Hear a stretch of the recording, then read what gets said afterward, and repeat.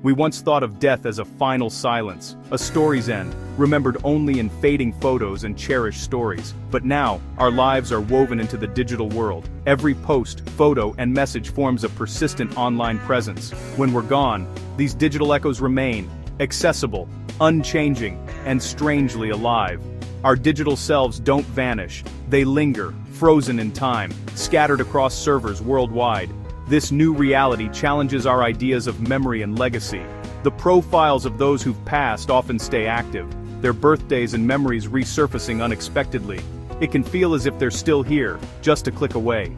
We're the first generation to face this digital afterlife, where death leaves behind interactive ghosts. Our legacy is no longer just stories and heirlooms, but a mountain of uncurated data, likes, comments, and spontaneous remarks. Are these digital remnants a true reflection of us, or just a distorted shadow? As we move forward, we must ask, how do we want to be remembered in this permanent digital landscape? The conversation is no longer optional, it's essential. Our digital footprints are shaping how we grieve, remember, and define what it means to be gone. The implications are enormous, and we're only beginning to understand them. In this new era, death is not a disappearance, but a transformation into data. The echo in the machine is here to stay.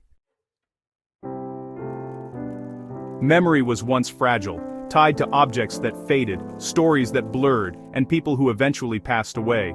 A photograph could be lost, a letter destroyed, a story forgotten. Now the digital age has made memory nearly permanent. Every photo, message, and update is stored as data, backed up, copied, and preserved across the globe. Our lives are documented with a clarity and detail unimaginable in the past. The past is no longer distant, it's a searchable database. Future generations will know us through this vast archive, not just a handful of fading artifacts. The people we've lost remain present in our digital environment, always accessible, never fading. This permanence offers comfort. We can revisit moments, hear voices, and read words as if they were still here. But it can also be a burden, making it harder to let go and move on. The natural fading of memory once softened grief. Now, memories are always just a click away. We're learning, in real time, how to live with these permanent digital echoes. The digital record is relentless, preserving every detail, good and bad.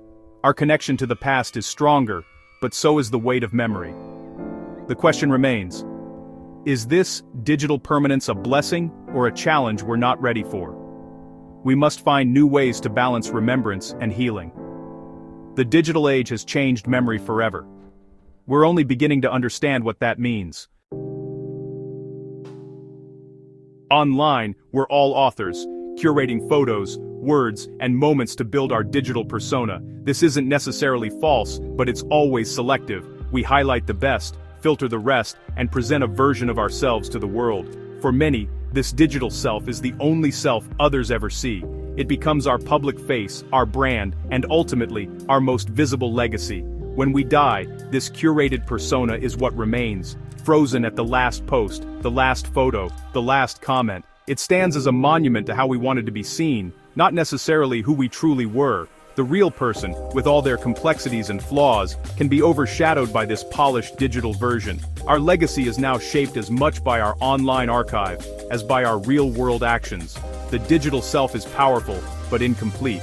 We must ask, how much of this persona is real, and how much is performance? In the end, we're remembered not just for who we were, but for who we appeared to be online.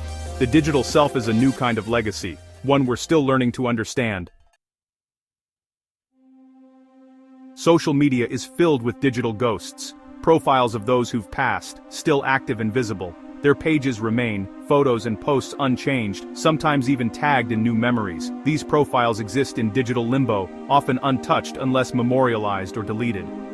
For algorithms, the deceased are still users. Their data persists in the network.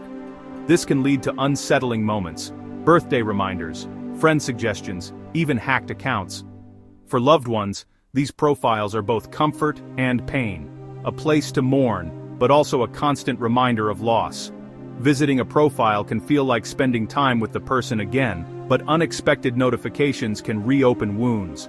The digital memorial is public, accessible, and often out of the family's control. It raises questions about privacy, consent, and what the deceased would have wanted. These digital ghosts force us to confront new boundaries between the living and the dead. The systems we built never planned for death, yet now they shape how we grieve. Social media has become a new kind of cemetery, one that never closes.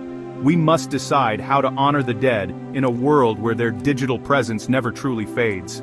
The ghosts in the machine are here, and we must learn how to live with them. Grieving is now both personal and public, transformed by the digital world. A social media profile becomes a memorial wall. Friends and family gather to share memories and condolences. This communal grieving offers comfort and connection, making loss feel less isolating. You can revisit memories anytime, finding solace in photos and messages. But digital grieving also brings challenges. The pressure to perform grief, the permanence of memorials, and the disruption of healing. Notifications and memories can be painful reminders, pulling us back into loss. Private sorrow is now often on public display, sometimes feeling invasive or overwhelming.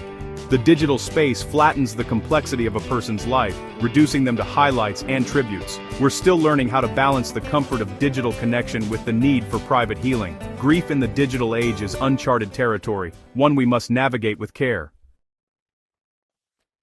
When we die, our physical possessions are passed on, but our digital assets are a legal gray area. Most online accounts aren't truly owned, they're licensed, and access often ends with death.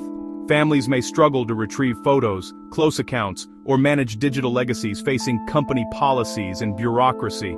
Some platforms now offer legacy contacts or data instructions, but there's no universal standard. The law lags behind technology, leaving our digital estate in corporate hands. This lack of control can add stress to grief, locking families out of precious memories. We need clearer rules and better tools for managing digital legacies. Until then, our online lives remain in limbo, owned by companies not by those who loved us. The question of digital ownership is one we can't ignore. What if our digital ghosts could talk back? AI is making this possible, creating avatars that mimic our speech, style, and even personality. For the grieving, these avatars offer comfort, a chance to hear a loved one's voice or receive a message in their style. But these are simulations, not real people. They can't grow, change, or truly connect. The ethical questions are profound. Is it right to create a digital copy without consent? Could this technology harm more than heal? AI avatars blur the line between memory and reality, risking unhealthy attachments or manipulation. They force us to ask, is a person just their data, or is there something more that can't be replicated? Digital immortality is now possible, but is it desirable? We must consider the consequences before embracing a future where the dead never truly rest. The rise of AI avatars is both a marvel and a warning. Our relationship with memory, grief, and identity is changing, perhaps faster than we're ready for. Our digital trail is not the person, it's a shadow, curated and incomplete. The real self exists in unposted moments, private conversations, and the impact we have on others. Social media shows a filtered version, happier, more polished, less real. When we die, this idealized image is what remains most visible. The danger is mistaking the shadow for the substance, especially as personal memories fade. For future generations, the digital archive may become the only version they know. The risk: a complex life reduced to a two-dimensional profile. We must remember that digital remains are just a window, not the whole story. True legacy is built in love, kindness, and real-world impact. The digital shadow is part of our story, but not its entirety. We need perspective to honor the real self behind the screen. Our richest legacy lives in the hearts of those we touched. The digital world preserves, but it cannot replace the fullness of a life. In this age of digital permanence, what will define our legacy? Our online archive offers clarity and connection, but risks overshadowing the truth of who we were. A life isn't measured in likes or posts, but in moments of kindness, love, and real connection. The stories told by those who knew us best are our truest legacy. Perhaps our remembrance will be a hybrid, real-world impact and digital footprint combined. The challenge is to live authentically in both realms. What truly remains is the love we share, and the stories we leave, both in hearts and in the echo of the machine. Our legacy is ours to shape, both online and off.